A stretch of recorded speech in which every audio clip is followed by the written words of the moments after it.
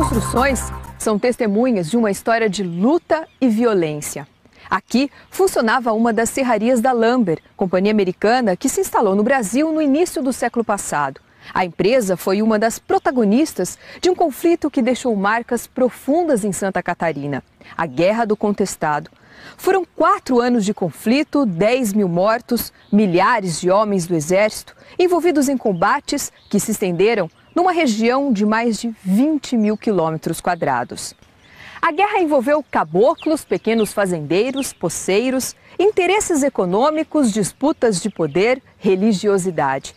Pouco mais de 100 anos depois do início da guerra, a população local ainda enfrenta um dia a dia de pobreza, num cenário que surpreende em uma das regiões mais prósperas do país. A Guerra do Contestado é o tema de hoje, no Caminhos da Reportagem.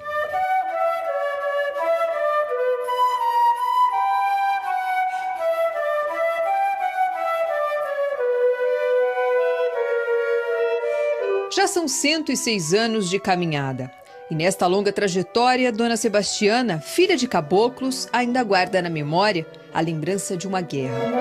Tenho lembrança daquela minhas pessoas que era o meu sangue, que eles matavam, faziam, aconteciam, onde mataram uma tia minha, que era casada com um tio meu, irmão da minha mãe.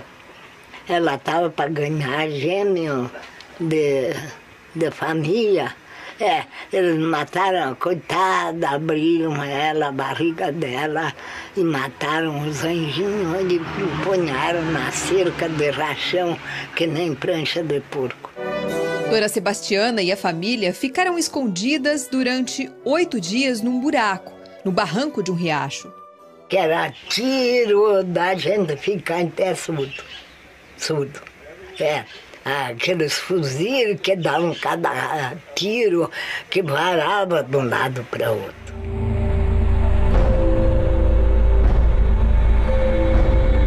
Dos tempos de guerra no Contestado já não se vê muita gente.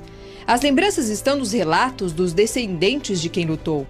O vovô contava a história para o meu pai e nós gostávamos de saber a história, nós perguntávamos, o pai contava para nós. O pai contava para nós que na época da guerra, que deu no Itaquaçu ali, na luta bem grande, a turma dos caboclos se reuniram tudo dentro da igreja, para se esconder, né, da briga, da guerra. E os lutas, como é que eles dizem, os contrários deles, se entrincheiraram tudo atrás do morro da igreja ali. E eles reuniram tudo dentro da igreja, diz que eles bombardeavam de lá. Bombardeavam tudo de lá e dia tudo em cima da igreja, pegou fogo na igreja. E os que estavam dentro morreu tudo, a maioria dos caboclos, morreram tudo queimado. O avô destas 3 irmãs da família Palhano também sobreviveu para contar história.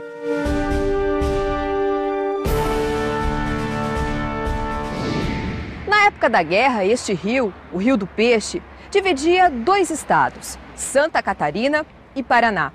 Era uma região que ainda não estava bem definida. Um território disputado, contestado. Contestado é toda uma região que se estende no sul do Brasil, entre Santa Catarina e o Paraná, onde não haviam fronteiras definidas, né? Houve uma questão muito longa ali, entre 1900 e 1916, quando se procurava definir essas fronteiras, porque até a Argentina tentava, de certa forma, adentrar naquele pedaço em busca de plantações de erva mate.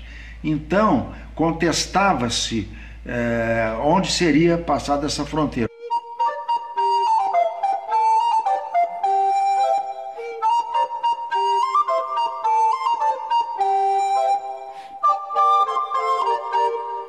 É nessa região, no começo do século XX, que moravam pequenos fazendeiros, poceiros, caboclos que mantinham lavouras para a subsistência e cultivavam erva mate. O Estado era praticamente ausente do cotidiano dessas pessoas, né? Quem era o Estado, essa abstração Estado para eles, era a figura do coronel, ali próximo, né? que mandava em tudo, né? Essas pessoas viviam sob a influência dos coronéis e grandemente marcadas pela presença da religiosidade. Um povo que necessitava da fé para sobreviver e acreditava em monges curandeiros. Eles são seguidores de um andarilho, de um chamado monge penitente, que muitos sertanejos chamavam ele de profeta, o João Maria. E era um andarilho que recomendava às pessoas uma série de práticas, de curas, e recomendava também uma relação com o meio natural muito própria. João Maria falava contra as queimadas e chamava a atenção das pessoas para a defesa das fontes de água, que logo as pessoas vão chamar de águas santas ou águas do monge. Também chamam de águas de São João Maria. O João Maria vai ser chamado de santo. Ele conhecia muito plantas medicinais, ele prescrevia essas plantas medicinais e que acabavam curando. Enfim, ele pregava, ele era uma religiosidade, era um catolicismo popular. O São João Maria é um apóstolo santo que apareceu no mundo. E o João Maria era um homem que salvou muita gente nesse tempo. Salvou muita gente nesse tempo. Ele ia nos matos e catava remédio. Este povo devoto vivia num país que se transformava. Era o fim do Império e o começo da República. A experiência que essa população do interior teve com a República foi uma experiência de dor, de sofrimento, guerras, aumento da tributação e aumento do poder local dos coronéis, dos grandes fazendeiros da Guarda Nacional.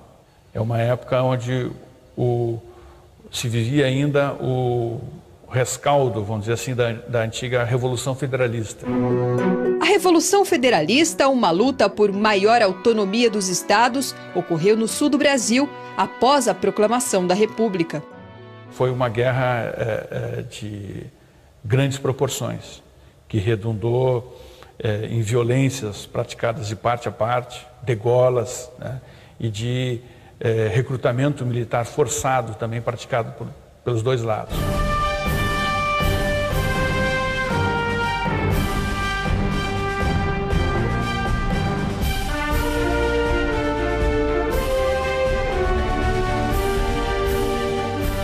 Do ponto de vista formal, o federalismo só defendia um parlamentarismo e uma descentralização.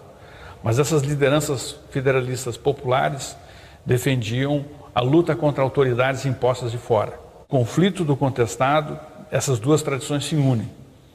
Mas se unem através de um episódio bastante circunscrito, que é a atuação de um curandeiro na região no ano de 1912.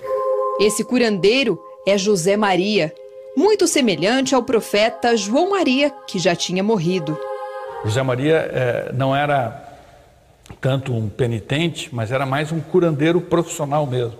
Conhecia ervas e uma série de práticas de cura. José Maria vai, em agosto de 1912, para a comunidade de Itaquaruçu, no interior de Curitibanos, numa festa local, a festa de Bom Jesus. Ele é convidado pelos festeiros para aparecer na festa. A festa durava 4 dias, mas depois de passados os 4 dias, a festa não se desmobilizou, ela só foi aumentando o povoado de Itaquaruçu, porque aumentava o número de pessoas a procurar as curas de José Maria. A festa causou desconfiança no prefeito de Curitibanos, em Santa Catarina. Ele achava que José Maria era aliado dos opositores e mandou a polícia para Itaquaruçu. E José Maria decide dispersar o povoado e migrar em direção ao oeste.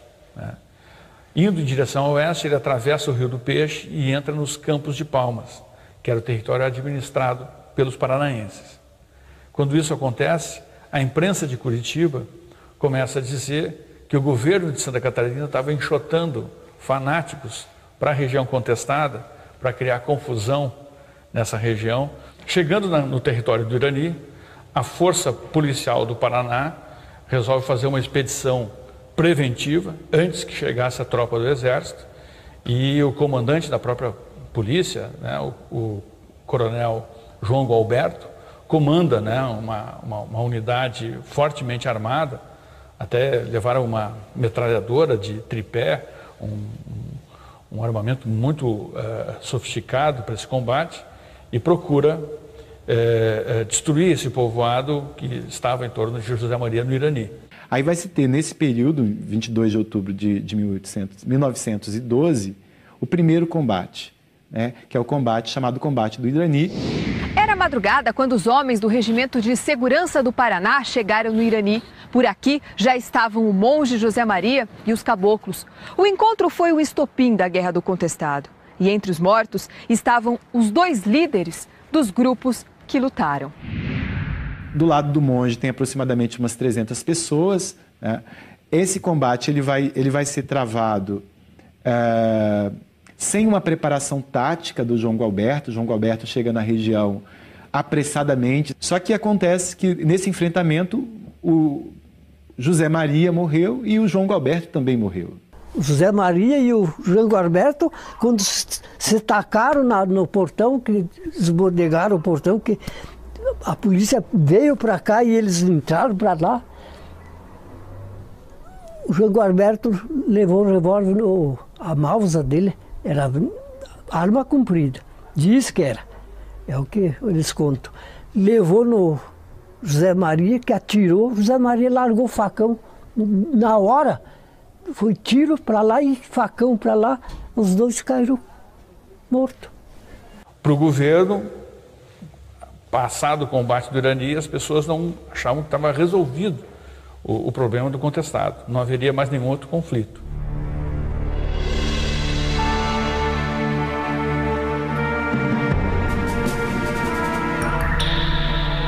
Mas era um engano. A Guerra do Contestado estava apenas começando. O combate no Irani foi só a primeira batalha.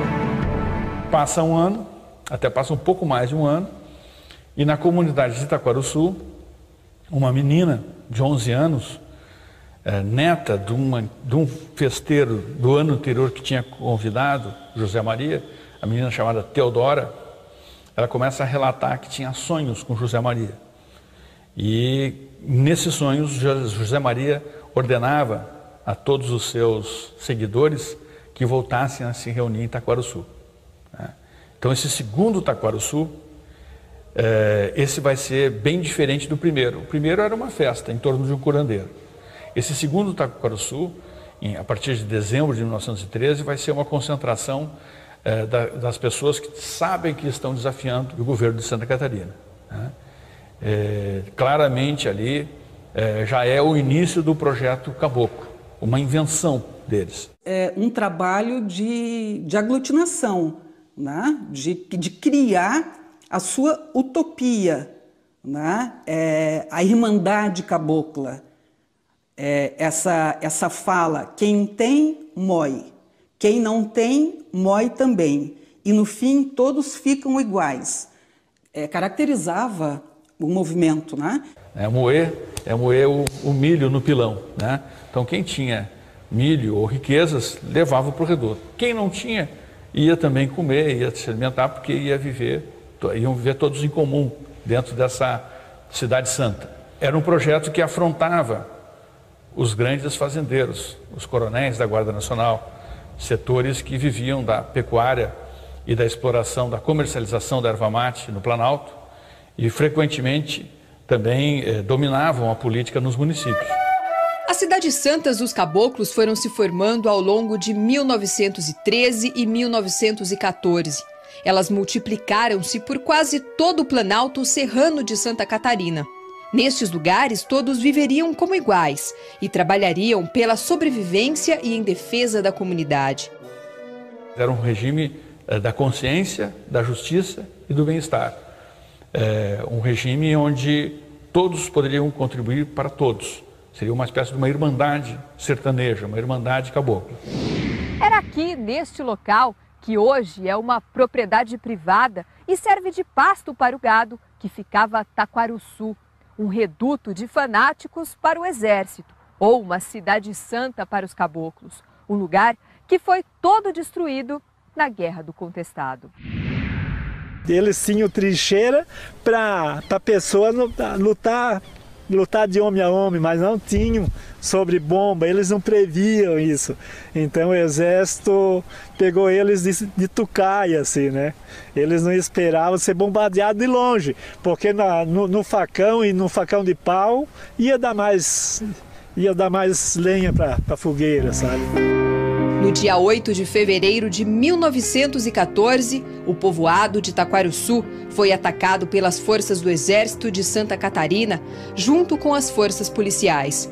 Morreram principalmente as mulheres e as crianças, pois muitos dos homens estavam trabalhando na construção de Caraguatá, outra cidade santa. Taquarussu ali acabou, as pessoas...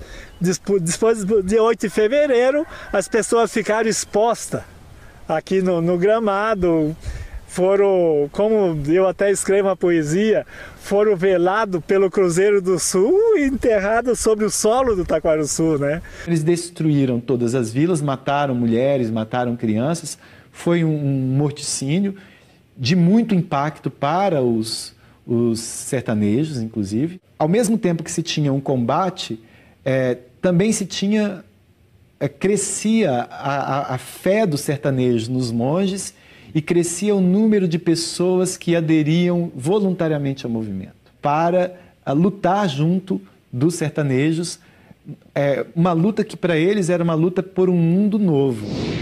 Boa parte da crise econômica e social que dá origem à guerra tem relação com a companhia estrangeira que construiu a estrada de ferro São Paulo-Rio Grande do Sul e explorou a madeira da região do contestado. No próximo bloco, vamos saber mais sobre essa empresa americana e o acirramento do conflito. O Caminhos da Reportagem volta já.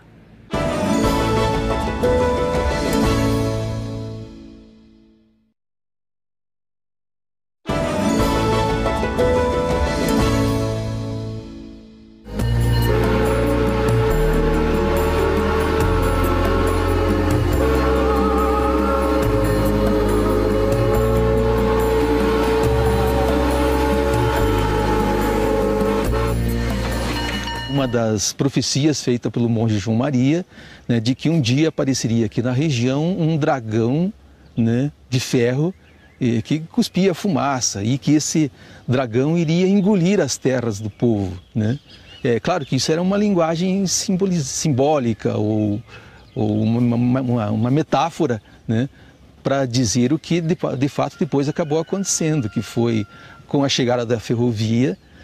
E também por razões contratuais, a ferrovia acabou, entre aspas, engolindo 15 quilômetros para cada lado da ferrovia, que passaram a pertencer à empresa construtora da ferrovia. A concessão para a construção da estrada de ferro que ligaria Itararé, em São Paulo, até Santa Maria, no Rio Grande do Sul, foi dada ainda na época do Império, um ano antes da proclamação da República. Os primeiros trechos foram construídos em São Paulo e no Rio Grande do Sul. A ligação entre eles, nas terras contestadas do Paraná e de Santa Catarina, foi concedida a uma companhia americana, de propriedade de Percival Farquhar, detentor de diversas outras concessões de serviços públicos, de transporte, iluminação e mineração no país.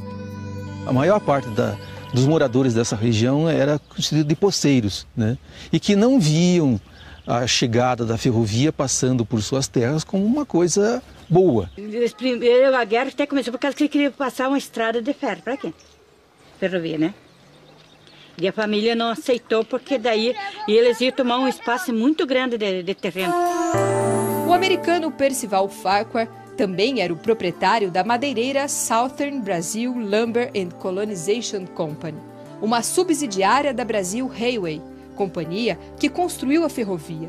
O governo federal permitiu que a Lumber explorasse madeira nos 15 quilômetros de cada lado da ferrovia. Primeiro, tem que haver um deslocamento em massa de uma população muito grande de nacionais, de sitiantes, ervateiros, pequenos agricultores, pequenos criadores. Eles vão perder as terras que eles não tinham títulos, porque eram habitantes poceiros, mas que viviam ali há gerações já, né? A concessão do governo é das terras devolutas, portanto das terras públicas. Só que o discurso do governo é que as terras públicas são terras da nação e aqueles poceiros são intrusos nas terras públicas. Só que os chamados intrusos, na verdade, eram habitantes nacionais e que sempre viveram naquele território, né, e que de uma hora para outra são expropriados, né, violentamente por esse impacto da Companhia Estrada de Ferro. O dono era quem tinha posse da terra. E quando a República abriu os cartórios começam com a República. Alguns exploradores e assambarcadores de terra, grileiros, começaram a se apropriar dessas terras. E a própria Lumber Corporation e a South Brazil Railway também criaram uma South Brazil Colonization Company. Todo esse território foi, de fato, colonizado por europeus e seus descendentes, né? Então, os colonos europeus, eles pegaram os melhores solos, mais próximos às linhas de comercialização, à estrutura da estrada de ferro, né? Tinham mais facilidade para financiamento, crédito, tinham a propriedade da terra regularizada, né? Então, tudo isso facilitava a essas famílias de agricultores uma capitalização maior, uma formação de cooperativas. Então, são comunidades que se desenvolveram mais, né? Ao contrário dos caboclos que ficaram expropriados da sua terra, marginalizados, né, desses principais recursos, né? A estrada de ferro foi construída entre 1907 e 1910. Como parte do contrato entre o governo brasileiro e a empresa construtora, a empresa construtora ganhava também por quilômetro de estrada de ferro construído. Quer dizer, aí ela ganhou dos dois lados. Primeiro porque, construindo ao longo dos rios da região, evitava-se as obras de arte, como aterros, como pontes e viadutos. E, ao mesmo tempo, acompanhando também o percurso dos rios, essa estrada tinha mais sinuosidade e, logo, os trechos eram maiores, né? Logo, também, o lucro da empresa era muito maior. Por isso, a estrada é uma verdadeira serpente aqui na nossa região. Cerca de 8.000 homens vindos de todo o Brasil executaram a obra. Com a conclusão da ferrovia, milhares desses operários permaneceram na região, sem dinheiro para voltar aos locais de origem, e acabaram se juntando à luta dos caboclos pela terra. Se olharmos do ponto de vista da guerra, do conflito armado que vai acontecer, se analisarmos, por exemplo, os documentos militares, nós temos claro a ideia de que o exército vem para a região do contestado, tem como missão combater o elemento indesejado, né? Tanto que são comuns termos como, quando atribuídos aos sertanejos, como impatrióticos, facínoras, incautos, desordeiros. Eles vêm para combater esse elemento pernicioso, é um termo que se usa muito. Vem, elimina o elemento pernicioso e só assim pode-se continuar com o grande projeto de colonização e de criação de centro de riqueza permanente aqui no contestado. E o Exército e as forças públicas do estado do Paraná e de Santa Catarina vieram para cá para defender o capital internacional, né? É o que normalmente acontece e aqui na Lumber não foi diferente. Para os soldados do Exército, os caminhos eram desconhecidos e tortuosos, mais ou menos assim.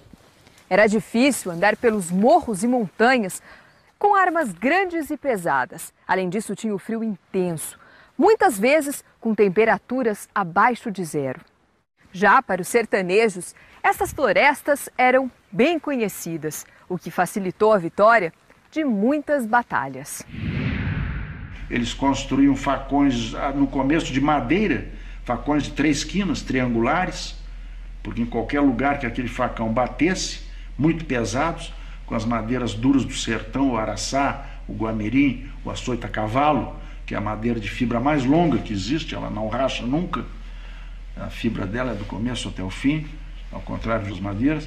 Eles lutavam muito bem durante o dia, eles davam gritos medonhos, assustadores em cima de soldados, muitas vezes recrutas, vindos do litoral de Santa Catarina ou do litoral do Paraná, ou da capital do Paraná, de Curitiba. Então era uma tática onde o fraco ia vencendo o forte. Eram excelentes lutadores à arma branca, atiravam principalmente à noite, de madrugada eles sumiam. O elemento mais forte que os rebeldes tinham, que o exército não tinha, era uma causa para lutar. Os sertanejos, eles estavam lutando por uma causa que era a instauração de um novo mundo, de um novo tempo, de uma nova lógica de organização social que interrompesse a lógica da dominação e de exploração que tinha na região. Durante a guerra, o exército não conhecia geograficamente o Estado. Não existia um mapa preciso que demarcasse minimamente a distância entre as localidades. Chegando no território, o exército dependia muito de guias locais, que logo vão ser chamados de vaquianos, né? Esses vaquianos civis vão ser empregados em grande número, não só como guias, mas como uma tropa civil auxiliar ao exército, como capangas dos grandes fazendeiros e que serviam de guias para os militares. A partir de julho de 1914, principalmente com a chefia de Chiquinho Alonso, os sertanejos passam não só a se defender, coisa que vinham fazendo já há 2 anos, passam a atacar. E aí atacam as vilas, as cidades, o centro do poder dos coronéis, da empresa norte-americana e do governo. Então os alvos são o Estado, o capital e os coronéis. A partir de julho de 1914, até o final do ano, até praticamente novembro, né, eles mantêm sob cerco a cidade de Canoinhas, tomam a cidade de Curitibanos, tomam Itaiópolis, tomam Papanduva, tomam várias estações da Estrada de Ferro São Paulo-Rio Grande, investem sobre Lages e quase tomam a cidade de Lages, por muito pouco, né? Só que essa ofensiva rebelde, ela acaba em novembro de 1914, quando morre num combate o comandante Chiquinho Alonso. Isso tudo vai preocupar muito o exército, a tal forma que o exército vai ser designado pelo exército brasileiro um general para resolver esse conflito. Então vai ser designado o primeiro general, que é o Frederico de Mesquita, que é um oficial de alta patente do exército brasileiro. O Mesquita, ele tinha participado da Guerra de Canudos. O Mesquita, ele procura equipar o exército brasileiro, o destacamento do exército que ele tem à sua disposição, para que os soldados tivessem efetivas condições de combate.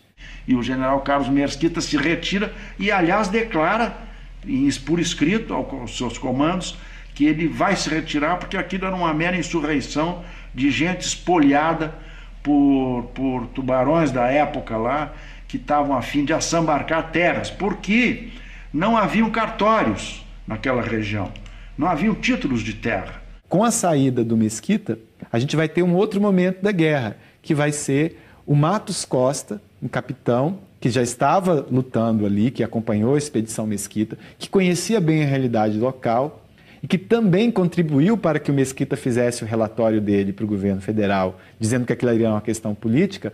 O Matos Costa vai assumir o comando da expedição militar. Matos Costa, ele chegou na região em 1914 e viu que aquilo ali era uma espoliação, era como um crime que se cometia contra uma população miserável. E ele procura apaziguar, ele chega a tirar a sua farda, a se vestir como um simples caboclo, a ir parlamentar com eles, e eles conversam com ele. Mas acabou que numa daquelas coisas irracionais que acontecem nesses momentos de revoltas que às vezes começam por um lado e terminam como outro, até nos dias atuais, ele acabou sendo numa divergência com um outro caboclo, que aliás era um desertor da revolta da Armada, que é o Benevenuto Baiano, era um lanceiro baiano, um homem muito apto também, acaba matando o Major Matos Costa. A morte de Matos Costa gera uma comoção e é usada contra o sertanejo. Com a morte do Matos Costa em agosto de 1914, aí sim a imprensa nacional começa a dizer que estava surgindo no sul do Brasil um novo Arraial de Canudos. Então começa a dizer assim, olha, veja só, aquele que quis ajudar foi assassinado pelos sertanejos. Então começa a haver toda uma campanha política nacional, a partir da morte de Matos Costa, que pressionava para fazer uma grande expedição militar aos moldes daquela de Canudos para resolver definitivamente o conflito no sul do Brasil. E resolver definitivamente significava exterminar, dar para as populações e para as comunidades do contestado o mesmo fim que foi dado a Canudos, né? Então, é nesse sentido que a gente vai ter um novo momento da guerra. E esse novo momento do conflito tem como protagonista o general Setembrino de Carvalho. Com essa força de 6 mil homens a seu dispor, mais tecnologia bélica de primeira linha que ele levou, mais os recursos da União, designado efetivamente somente para mover uma grande campanha de guerra no contestado, ele chega numa situação extremamente vantajosa para o Exército. Eles vieram com 4 aviões, com 2 aviões fabricados na Itália. Eles tinham essa tese que o avião seria a arma do futuro, já tinha essa visão. Eram aviões quase com uma asa delta, assim, jogavam as granadas com a mão. E ele cercou os rebeldes por 4 pontas da Rosa dos Ventos: norte, sul, leste, oeste. Colocou um coronel Sócrates ao norte, o coronel Castro a oeste, e ao sul, numa grande tropa de 2 mil homens, o bacharel e coronel Raul Destilac Leal, que veio a ser pai até de um ministro futuro do governo Vargas. E ele a tese dele é que ele mataria os rebeldes pela fome, pelo cansaço e pela exaustão, porque ele impediria deles receberem alimentos, armas. São 4 colunas que vão espremendo o território de mais de 20 mil quilômetros quadrados, espremendo e impedindo que entrasse comida, né, e que qualquer pessoa saísse ou entrasse sem ser identificada. Surge uma figura chamada Flagelo de Deus, que se intitulava santo, que é Deodato Manuel Ramos, que era um caboclo, mulato, alto, espadaúdo, forte, tropeiro antigo, que resolve colocar todos os rebeldes num lugar só, que era o lugar chamado Vale do Rio Santa Maria. Era um lugar quase impenetrável, realmente uns paredões difíceis, um desses vales que o Brasil tem nas suas serras, que haviam poucas entradas. Mas aí o general Setembrino, fazendo esse cerco, vai cercando-os lentamente. E chama também do Rio Grande do Sul, da cidade de Santa Maria, os esquadrões da Cavalaria Gaúcha, experientes em campanhas militares anteriores, principalmente da chamada Guerra Federalista de 1893. E vem de lá um capitão gaúcho, chamado Tertuliano Potiguara, que vem à frente de cavaleiros, muito bem montado, com aquela cavalaria gaúcha brilhante, que existia desde o tempo dos farrapos, e vem com milhares de cavalos e cavaleiros gaúchos, e faz verdadeiras rázias, verdadeiras penetrações nesse vale onde ele podia, e ele tem ordens de matar o que ele encontrasse pela frente e queimar todas as casas que ele encontrasse. Ele não deixava nada em pé, o Tertuliano Potiguara. Ele foi realmente o carrasco final deles. Até que o general Setembrino e o coronel e bacharel Raul Destilac Leal conseguiram adentrar no vale. Depois dessas rázias que o Potiguara fez, eles adentraram no vale e venceram e mataram os últimos rebeldes. Os caboclos tentaram escapar do cerco armado por Setembrino, em vão. A guerra, que começou em Irani, terminou no Vale de Santa Maria.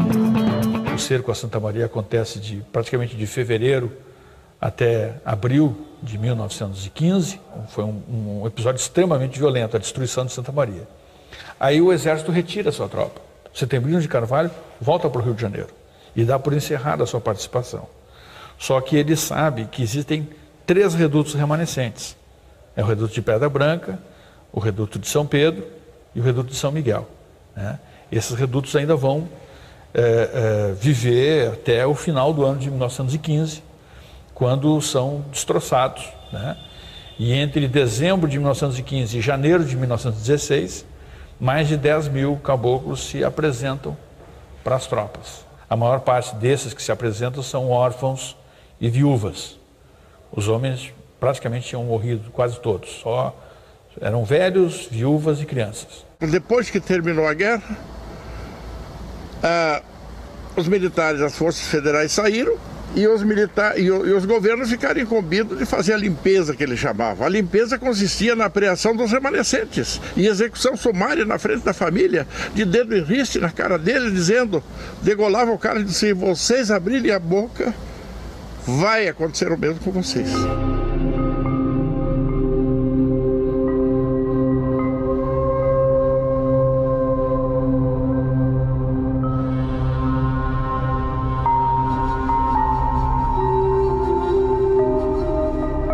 Estima-se que a Guerra do Contestado deixou cerca de 10 mil mortos, vítimas dos combates, mas também da fome e de doenças. E o contestado, então, é varrido da face da terra e dele só resta uma memória a si mesmo maltratada, apagada pela pátina do tempo e da qual mal se lembra, que não houve interesse em divulgar em livros escolares, em nada, até porque não teve a presença de escritores juntos, e o que restou dele foi pedaços de cruzes jogadas no Planalto e lágrimas perdidas na chuva. Daqui a pouco, no Caminhos da Reportagem, o legado da Guerra do Contestado, como vivem hoje os descendentes dos caboclos, poceiros e fazendeiros que lutaram no conflito.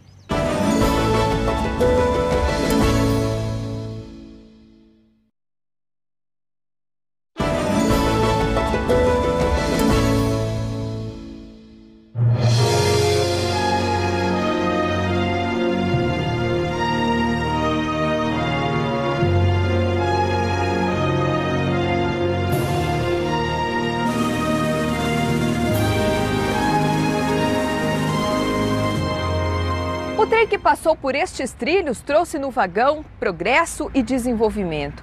Mas quando ele chegou nas estações da região do Contestado, encontrou passageiros insatisfeitos e descontentes. Eles não puderam pegar carona. E depois de tanta briga, o trem parou no fim da linha e hoje só serve de lembrança. Hoje a ferrovia virou peça de museu, está aí como uma memória daquilo que foi o contestado e tudo aquilo que o contestado nos representa, mas ela é apenas um símbolo. Hoje, a estrada de ferro nem turisticamente é aproveitada, né? E além do mais, até pela antiguidade desta ferrovia e pela maneira como ela foi construída, hoje ela não suportaria trens modernos circulando continuamente. A madeireira Lambert, na cidade de Três Barras, também parou. A empresa tinha 40 anos para fazer a exploração da madeira na região. Com o tempo também houve uma falta de inovação dos recursos que a empresa tinha enquanto madeireira, né? E há até o próprio esgotamento dos recursos vegetais, né? Muitas árvores como esta foram retiradas da região para abrir passagem para a estrada de ferro. E para a gente tentar entender a dimensão dela, 5 pessoas vão abraçar o pinheiro brasileiro que hoje está ameaçado de extinção. 5 pessoas são necessárias para abraçar essa árvore. Calcula-se que a Lambert Corporation, uma empresa que ainda hoje existe nos Estados Unidos, em Oregon, ela tenha derrubado mais de 800 milhões de pés de araucária. Na própria derrubada da mata e no arrastar das grandes toras por correntes puxadas pelas composições de trem, as grandes toras de araucária e de embuia iam ao longo do caminho talando com pequenas árvores de erva mate, que serviam também para a subsistência dessa população local. Só que a Lumber não plantava, né? Só tirava o material e colonizava, né? Tinha 3 máquinas trabalhando, 10, 11, que traziam 12 matos, entende?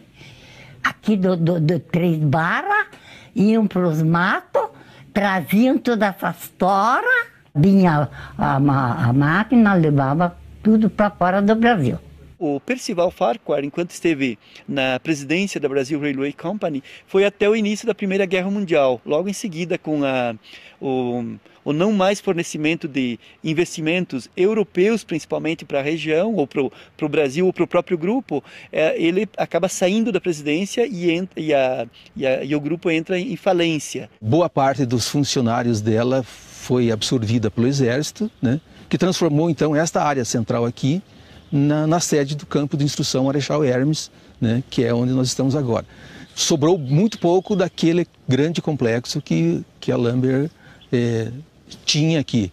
Para vocês terem uma ideia, aqui eram cerca de 214 casas, né, mais todo o complexo madeireiro. Então aqui era uma cidade, né, era uma cidade dentro de outra cidade. O que ficou lá da Lambert são ruínas, casas de madeira que estão caindo. Então também não deixaram nada, o que mostra que essas multinacionais muitas vezes expoliam uma região e depois não fica nada.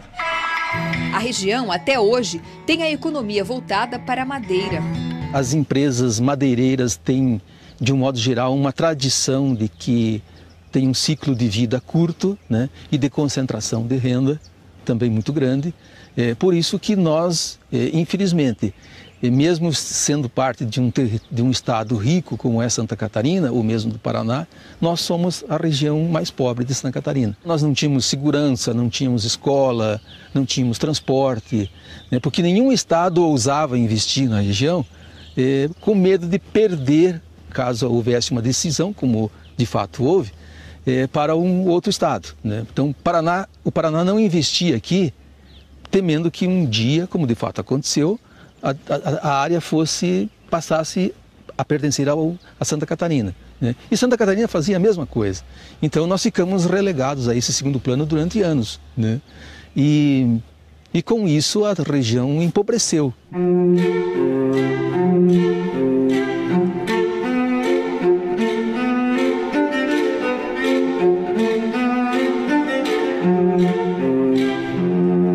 O IDH, o Índice de Desenvolvimento Humano, avalia a renda, a educação e a saúde de um local. Existe um ranking nacional dos municípios brasileiros. Cidades como Irani, Caçador, Fraiburgo, onde fica o povoado de Taquarussu, e Três Barras, todas na região do Contestado, ocupam posições muito abaixo dos outros municípios da região sul do Brasil. Florianópolis, por exemplo, a capital do estado, fica na 3ª posição. O movimento do Contestado, pelo fato dele ter tocado em questões cruciais, como o coronelismo, o deslocamento compulsório de populações, os problemas ambientais de grandes proporções, né? Ele é um movimento nacional, né? Ele não é um movimento só local, né? Então ele diz respeito a questões ligadas à terra, à violência do coronelismo, à política oligárquica que eram de todo o Brasil naquele período, né? Então hoje o que a gente tem é uma população remanescente no Planalto, que vive nas periferias das cidades e no meio rural, nos piores terrenos, com as piores condições de subsistência, né? Em alguns municípios eles são comunidades extremamente pobres, né? Com alto índice de analfabetismo, mortalidade infantil muito alta. Os IDHs desses territórios da população remanescente do Contestado são muito baixos. A Guerra do Contestado, ainda hoje, é pouco conhecida. Mesmo durante os 4 anos em que ocorreram as batalhas, entre 1912 e 1916, o conflito no sul do Brasil foi ofuscado por outro. No mundo a gente vê nesse período o início da Primeira Guerra Mundial, que foi um conflito que acabou por abafar na própria imprensa brasileira a Guerra do Contestado. A gente vê, assim, abrindo os jornais da época, há reportagens detalhadas sobre batalhas na França, na Alemanha, na Rússia, né, nos Balcãs, enquanto que pequenas notas sobre uma guerra contra os fanáticos no sul do Brasil. Então era o próprio espaço que a imprensa do Brasil deu na época para a guerra foi muito pequeno, né, porque existe uma tradição mesmo intelectual, né, da imprensa e das classes ilustradas do Brasil em olhar mais o que acontece na Europa do que no interior do seu próprio país, né? Então isso, de certa forma, contribuiu, né? Mas por que esconder essa guerra? Como no sul do Brasil se quis construir uma imagem de desenvolvimento, europeização e branqueamento da população mesmo, né? Então a lembrança da Guerra do Contestado era a lembrança de um Brasil que eles queriam esquecer. Ao contrário, por exemplo, de Canudos. Canudos tem tudo a ver com a estética do Nordeste, né? Com o abandono do Nordeste. Um abandono que a própria elite nordestina assumiu como discurso. O discurso da seca não é o discurso só do sertanejo que passa seca, é o discurso também da oligarquia nordestina, né? Aqui no Sul, a oligarquia local, ela quis esquecer o contestado. Então, por muitos anos, né, o assunto não teve um domínio público que fosse digno, né, do tamanho e da envergadura do próprio movimento. A Guerra do Contestado é um grande quebra-cabeça. As peças ainda estão espalhadas e escondidas, mas hoje em dia já tem muita gente com vontade de procurar, organizar e compreender isso tudo. O contestado ficou escondido propositalmente da história durante quase 100 anos. Pelo menos durante 90 anos, 80 anos ficou escondido.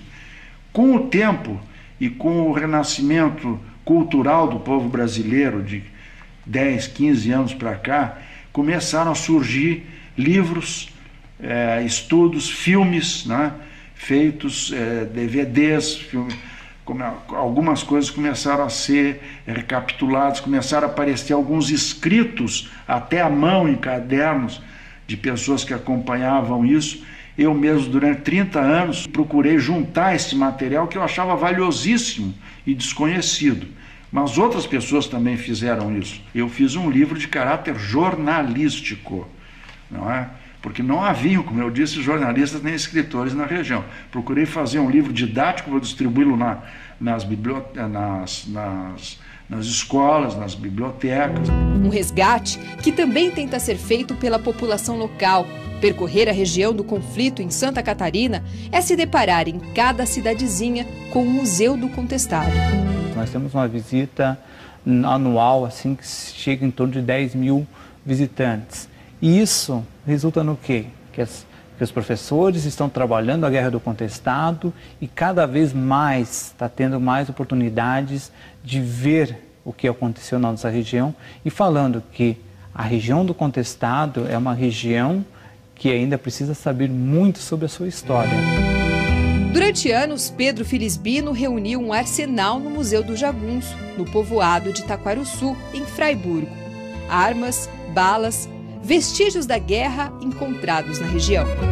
Há pouco tempo, o seu Florencio, um tio da minha esposa, brabo com uma vaca, sabe que esses bichinhos incomodam a gente, pegou uma pedra no chão, olhou, era uma bomba com 5, 6, uma bomba carregada. A gente acha bastante material exposto ainda, bem corroído, né, bastante, mas ainda se encontra por ali. Vai fincar um palanque ali para fazer uma cerca, dá numa castanha, né, tem bastante cápsula ainda.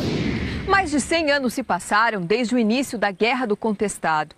E por que lembrar tanto tempo depois de um momento da história do país que quase acabou com a população cabocla desta região? Qual o legado deixado por esta guerra? Eu acho que falar é pouco, revolta só. Nós temos que mostrar os exemplos que nos animam a mudar o Brasil para as gerações de hoje.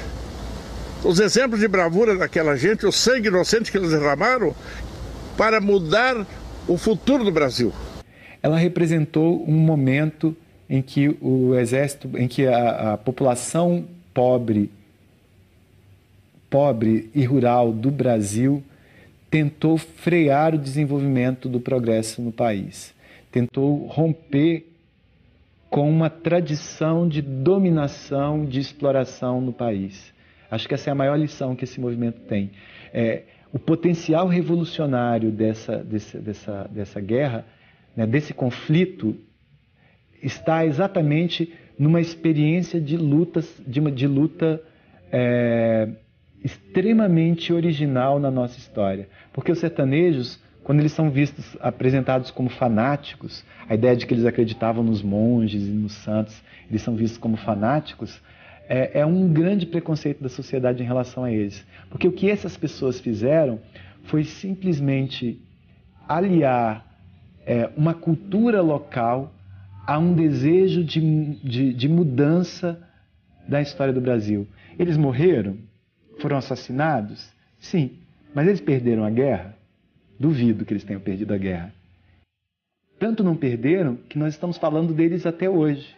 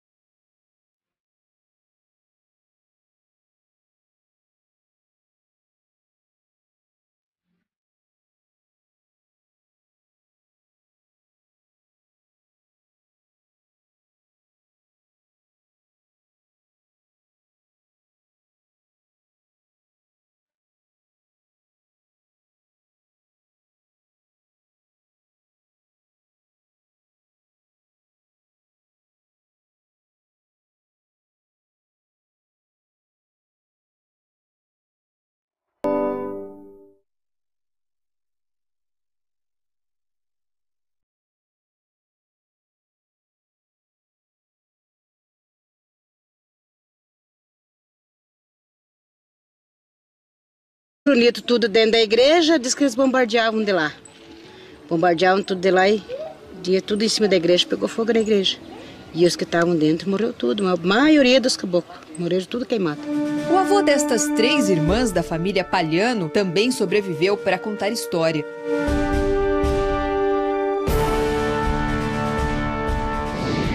Na época da guerra, este rio, o Rio do Peixe, dividia 2 estados, Santa Catarina e Paraná.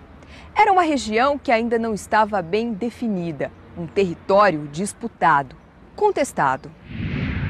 Contestado é toda uma região que se estende no sul do Brasil, entre Santa Catarina e o Paraná, onde não haviam fronteiras definidas, né? Houve uma questão muito longa ali, entre 1900 e 1916, quando se procurava definir essas fronteiras, porque até a Argentina tentava, de certa forma, adentrar naquele pedaço em busca de plantações de erva mate. Então, contestava-se onde seria passada essa fronteira.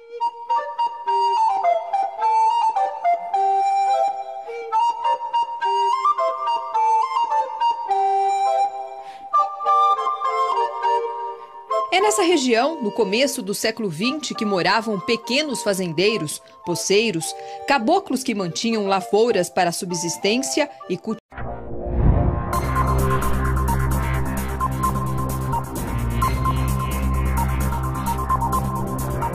Estas construções são testemunhas de uma história de luta e violência. Aqui funcionava uma das serrarias da Lamber, companhia americana que se instalou no Brasil no início do século passado. A empresa foi uma das protagonistas de um conflito que deixou marcas profundas em Santa Catarina, a Guerra do Contestado. Foram 4 anos de conflito, 10 mil mortos, milhares de homens do exército envolvidos em combates que se estenderam numa região de mais de 20 mil quilômetros quadrados.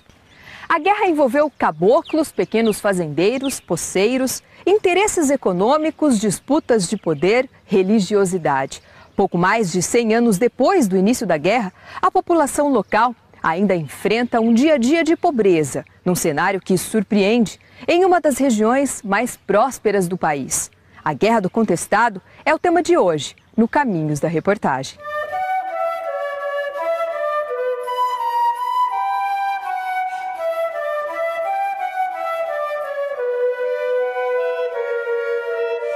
Já são 106 anos de caminhada.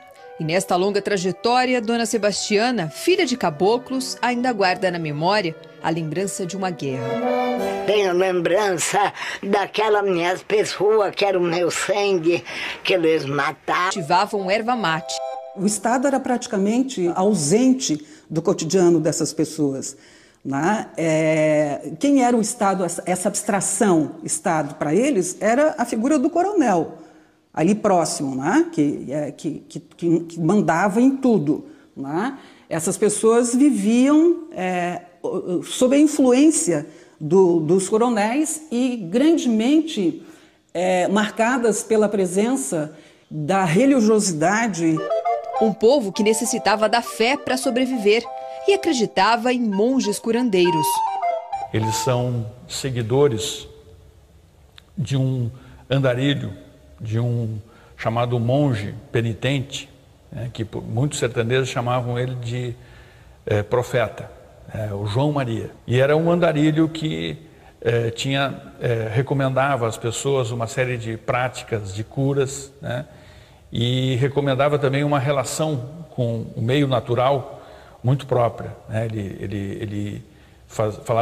João Maria falava contra as queimadas e chamava a atenção das pessoas para a defesa das fontes de água, que logo as pessoas vão chamar de águas santas ou águas do monge.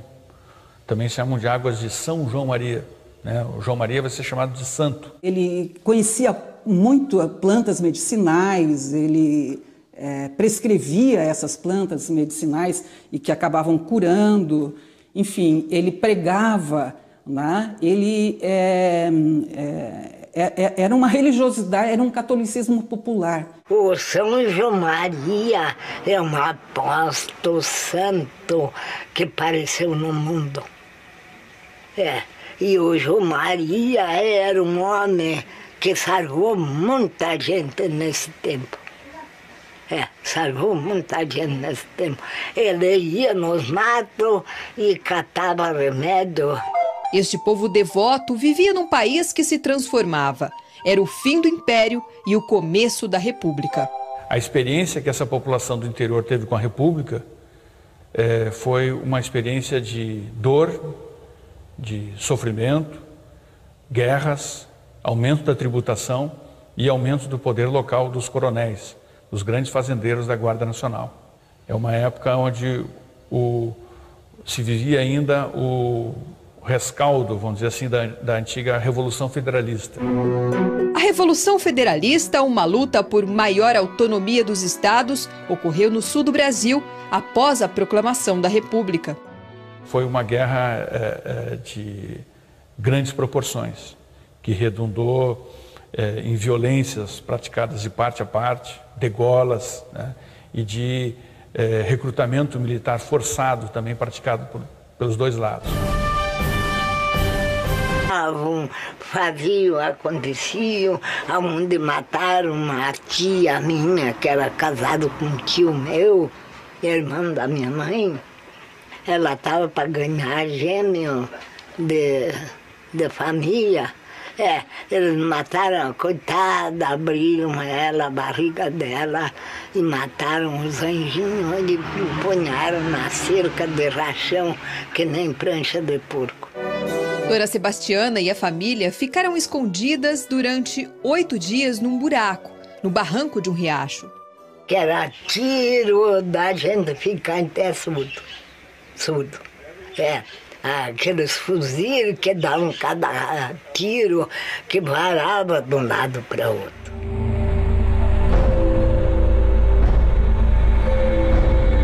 Dos tempos de guerra no contestado já não se vê muita gente. As lembranças estão nos relatos dos descendentes de quem lutou. O vovô contava a história para o meu pai e nós gostávamos de saber a história, nós perguntava, o pai contava para nós. O pai contava para nós que na época da guerra que deu no Itaquaçu ali, na luta bem grande, a turma dos caboclos se reuniram tudo dentro da igreja para se esconder, né, da briga, da guerra. E os lutas, como é que eles dizem, os contrários deles, se entrincheiraram tudo atrás do morro da igreja ali. Eles